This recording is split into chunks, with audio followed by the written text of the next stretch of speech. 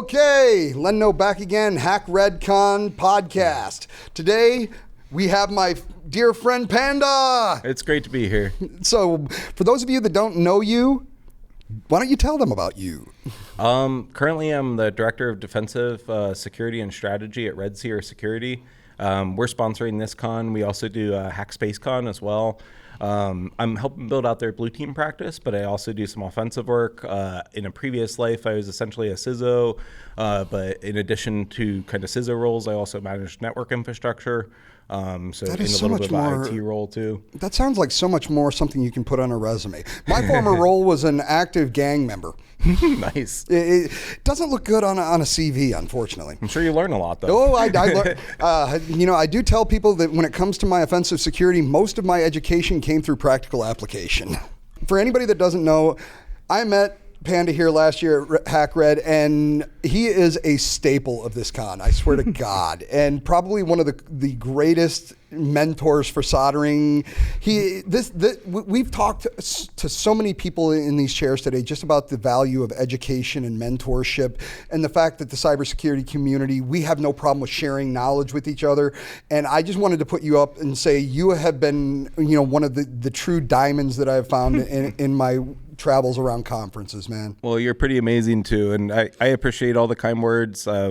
I don't really know what to say, but pass it on. No, for real, if you ever learn something from someone, it means something to you. Just teach, Absolutely. I'm also a firm believer in pay it forward.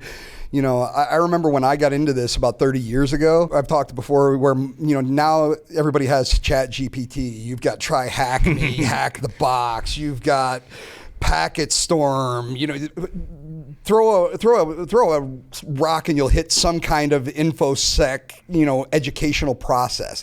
My first knowledge base was my buddy's BBS over a 14.4 modem. Nice, that's pretty cool. So you like phones too? Oh, see, I'm old, man. I was a phreaker back in the day. You can still be a phreaker today, by the way. Yeah, but where's the payphones? Unfortunately, there's a couple still out there, but they're not that common. Oh, no. Yeah. But believe it or not, I've actually sent a couple of pictures of payphones to the 2600 on my travels through Europe and the Middle East. Cool. So there are still some out there. Yeah. But no, I remember back in the day, man, when I was like 12 and 13, I got my hands on one of those little micro cassette recorders. And this is not a digital recorder. Yeah. This was back in like the 80s. So before Home Alone even made them cool. Yeah, way before Home Alone made them cool. And you put your change in, and you'd hear that tone, and I was like, I wonder. Oh boy, I'm making calls to California. Except the difference between me and Kevin Mitnick is I never had the idea of adding breaking and entering to what I was doing. Yeah, at that point. I'd say modern phreaking is a lot more different. There's still a lot of commonalities in what was back then because it's all over a phone line. But, in addition to the social engineering aspect that people think, that plays in with phreaking a bunch. Also, there's still a ridiculous number of companies that have a voicemail pilot exposed on PSTN with a 4-digit, PIN for all these people's voicemail boxes, your CEO, your CFO, your HR director, IT. If I crack that 4-digit PIN, which by the way it's like a 50-50 on my top 20 list, cracking it. And then beyond that, it's just OSINT. It's pretty easy. If you compromise those voicemail boxes, you can call in every day for 6 months, make a catalog of everything that's going on at the company, and just mark the messages unread. No one's going to notice because it's the phone. No one cares because no one cares about the phone. Yeah, in one of the earlier podcasts, we were doing some war stories, and to that point, I love OSINT and I love social engineering. You have a much easier time of social engineering than I do. You're a very friendly looking guy. You gotta get to know me a little bit before you realize this guy looks like he might shoot me if I get too close. No, I never got that. Well, I'm glad. I've really been trying to change that vibe, even though I may look like a freak. Well, I am a freak, but I'm a friendly freak. Well, freaks are awesome. Yeah, I agree. What's the point in being normal? Right. My thing is, back to the war story. One of my favorite engagements I ever did. This was the greatest OSINT hit in the world. So I did an engagement where I was I went into a building pretending to be Iron Mountain, and I rolled 5 of their shred-it bins out, stuck them in the back of a box truck, and drove away with them. Nice. You want to talk about finding out everything you'd ever want to know about that company. I found passwords, I found financials, I found hard drives, I found it all. You didn't even need to roll them out. Most of the time, they're not secured to the wall, and you can just pull it off the wall and just flip it over, and then you get everything out of it. Yeah, but the problem with doing that in the middle of the day is you have too many people going, why are you dumping the garbage out? Oh, just say you're trash. I accidentally threw away a document I needed, so I'm going to have to go through all of them. Yep. Well, then why are you holding your video camera on them? Well, you never know. I in case I miss it. You know, honestly, though, you wouldn't be surprised, but people don't notice things. You can be very you can obvious be about what you're doing, and as long as you look like you know what you're doing, that's the key. Yeah. That is honestly the key is if you have a pretext. Not even that. I think it's just confidence in general. Yeah. You know, case in point, you know, I was down in Peru once doing at a conference. Cool. And I found out that there was a pyramid complex that was about 2 miles from the hotel. But I had to apparently I walked through some really nasty barrios to get there. And some of my associates at the time were like, "You walked there? Weren't you scared?" I was like, "No. What do? You see somebody, they're staring at you, give them the nod. I acknowledge you. Mm-hmm. I am not going to be offensive with you. I am walking. And if they do something, then we'll deal with that when that time comes." But I mean, it's the same thing with any type of social engineering type of thing. So I think it goes beyond just adversarial. I think it's the way that we hold ourselves in general. Yeah, I agree. You know, because we are different and we know it. And unlike most people who try to go, you know, society, we're just like, I'm different. You know, I mean, if I could, I'd probably have like an LED screen put right here on my forehead. My wife would like it if it kind of told her what I was thinking, but I'm afraid the rest of the world might find it too offensive. So I see that you brought a whole bunch of gadgets over here with you, most of which I recognize. But for those that may not, why don't you go ahead and show everybody what you brought? This is the next Samsung. This is actually it's a Project MF based DTMF phone tone generator. This is from last DEF CON. There was a challenge that I competed in called Freak Me because Telechallenge wasn't running. It was honestly a pretty amazing challenge. I had a good time. And they killed it on branding, on the badges, and even not recreating the wheel and using Project MF is so nice because it doesn't just do DTMF, it does MF tones as well and a bunch of other stuff. Just really cool thing. And this is the black badge because we placed for it. So that's sick, man. Yeah. And then I see a flipper over there. I am very familiar with those. Yeah. You know, being the Cyborg, and for those of you that want to see him scan me, we already tried. I did not blow up his flipper. And for the record, this is actually Ken Nevers. He's watching my dog right now back in Lynchburg. Ken. Yeah, hey Ken. We miss you, but next year I'll see you in a couple days. So, but yeah, we tried to scan his hand earlier, and I blew up a flipper. It runs out of memory, so he's like buffer overflowing your flipper. I don't know what's going on. You know, I here's the thing. This is one of those where if I could actually find a way to buffer overflow from an implant, that now I'm going to go home and figure out how can I force the new this project. That's my next project. Right after I put the single board in my arm.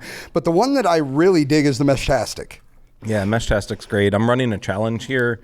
I've done a couple different ones, one for NCAA Cyber Games Invitational. I also did one for Hack Space Con. How was that? Because Hack Space Con was great. I've been before. I missed this last one. Unfortunately, that was right after I stopped working for Cyborg and before I started working for my new company. And here's a little thing, because I don't know when this is actually going to come out. I know that they've got some editing to do. For those of you that have the bingo cards for the vendors, I'm the only person from CW PenSec here. So we don't have a booth. This is kind of like that social engineering kind of kind of challenge for the vendor bingo is nobody knows that that's where I work. So let's hope that people, if you're playing the bingo, you're watching the podcast from the con. Otherwise, you're going to find this afterwards and be like, that's why there were only 6 people that had all the vendors. That's it. Yeah, so you and Jake are hard mode, because Jake with BC Security is the same thing. He's walking around, but he's not doing the booth thing this year. So yeah, we're the final bosses of the of the bingo. You got to find us, and we're mobile. So good luck. Yeah, there's in addition to the bingo, there's like some really good challenges going on here. Oh yeah. I'm running a Meshtastic challenge, so yeah. I want to hear about this. Yeah. Because you started to talk about this earlier, and I thought this was one of the coolest things I've heard in a long time. So yeah, it's take it away. Basically, like, I was talking about the radios themselves. So they communicate about 2 miles between nodes. You're running open source software, so it's still a bit of a project. There are some glitches here and there, but they allow you to send AES 256 encrypted communications between nodes. You can send stuff out on kind of the public channels that everybody can see, or you could send stuff out, to private individuals and have an asymmetric key exchange. Anyway, you can send pretty much whatever data you want over that. For a challenge, I am sending text data, so the clues are like text-based, but then it pulls in web elements. I have some URLs that you end up visiting and dig into. Are you going to make this initial broadcast at a specific time? Or is it just going? So it's already going. Oh boy! Yeah. Kicked off at noon today, and so if you're just now seeing this, it is way past noon. So there are other people that have actually got a lot of head start on you. Yeah. I'm really excited for some of the players this year. So yeah, we'll see how it goes tomorrow. But is this something you plan on doing more of? Because I would love to get involved in this. Because like we were talking before the interview started, I've been thinking about getting into it. I've seen a lot of people, but where I live, I am like the only geek for about 5 miles in the middle of nowhere, Texas. So that means that you need to learn it, but then take it and expose all the people around you to it, because it's this. The last time I exposed myself to people around me, the police were called. Well, that's fair, but a lot of these old time ham radio guys, they just don't know about the technology. They're not up to speed on things. But when people see the applications of creating a mesh in their neighborhood or the city, I think it's absolutely fantastic technology. Yeah. To that point, have you heard about? And I'm pretty sure the answer is no. But have you ever heard of a product called? I believe it was called the Willet. Mm-mm. This was basically a implant for humans. Cool. But it was basically a Wi-Fi mesh node. Cool. So people literally were talking about trying to find a way to use individual humans as nodes in a mesh to allow for greater reach to rural areas. Yeah. And I was like, this gives a whole new meaning to the concept of hacking your neighbor. Yeah. But I mean, me being me, I would do it. Makes sense. Yeah. So I can sign you up to join me? I'd consider an implant. The biggest thing would be updating and then getting the implant out after. Don't biobond it. None of them are actually. None of the current implants are bonded. Yeah. Well, yours. I have friends who have implants that are bonded. Yeah. Well, that's a little bit of a different implant. Were these straight up grinders that were doing it on their own? Being a furry, I have a lot of friends who have literal dog implants, on their neck, area. And stuff. They're using the actual same ones? Mm-hmm. Dude. Yeah. Yeah.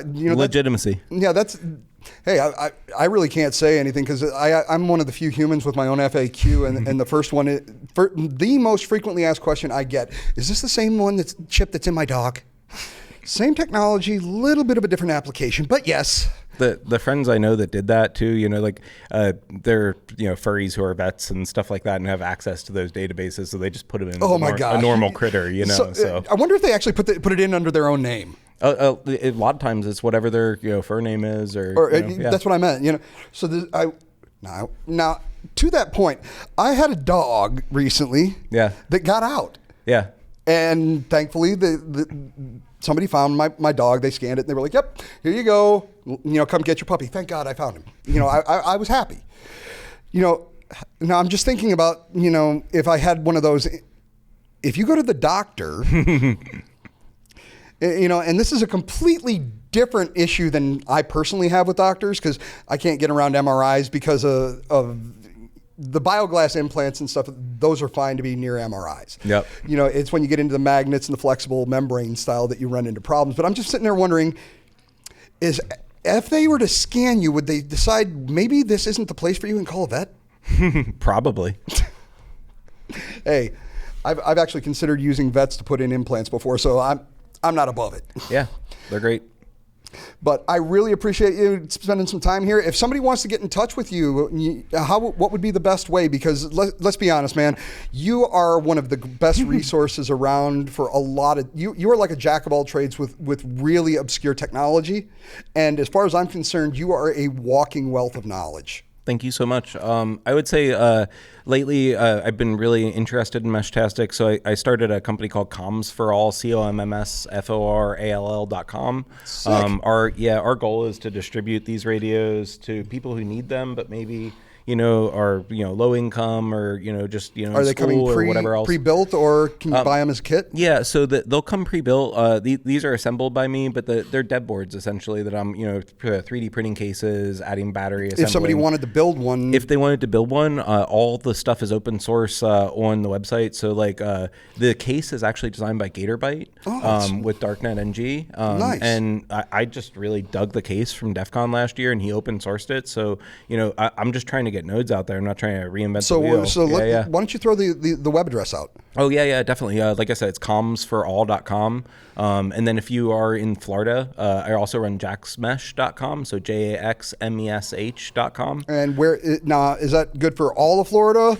So we're also the Comms for All channel. So yes, we cover general Meshtastic stuff. And the reason I asked that, ladies and gentlemen, is to prove that these radios can cover an entire state. Unfortunately, Florida is not covered that well yet, but we're getting there. You're going to get there. Yeah. Resistance is futile. I'd say if you're in the Chicago metro, that's great coverage. Like a good example, I could go from the airport to south of downtown, O'Hare.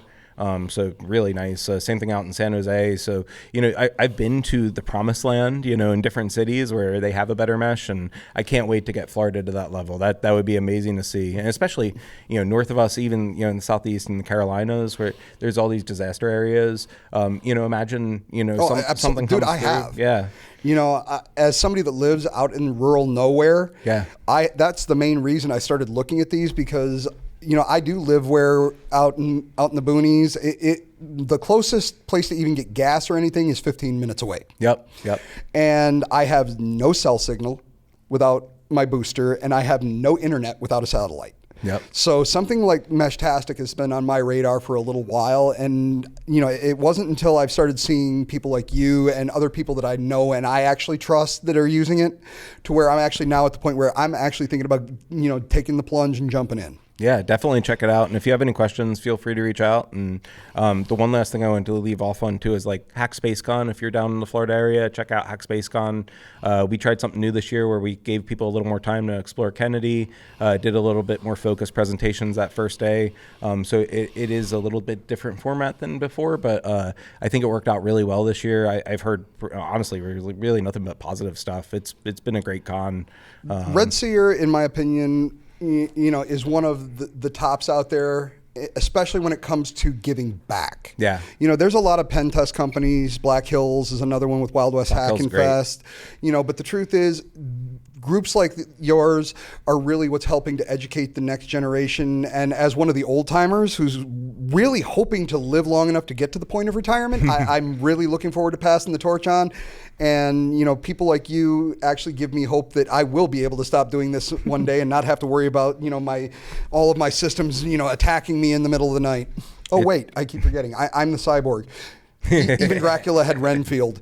It's super important, though, training the next Absolutely. group of people, especially with everything that's going on now with AI. And, it's time for a changing of the guards. Yeah. And with that, I'm going to say thank you so much for taking the time to sit down with me, brother. Yeah, thank you so much. And for all of the rest of you, if you haven't met Panda, make sure you take the time, reach out, check out his social. This guy is an amazing resource and a really good friend. So we're going to keep these interviews going throughout the entire con. Until tomorrow, thank you very much. Peace. Have a great one, guys.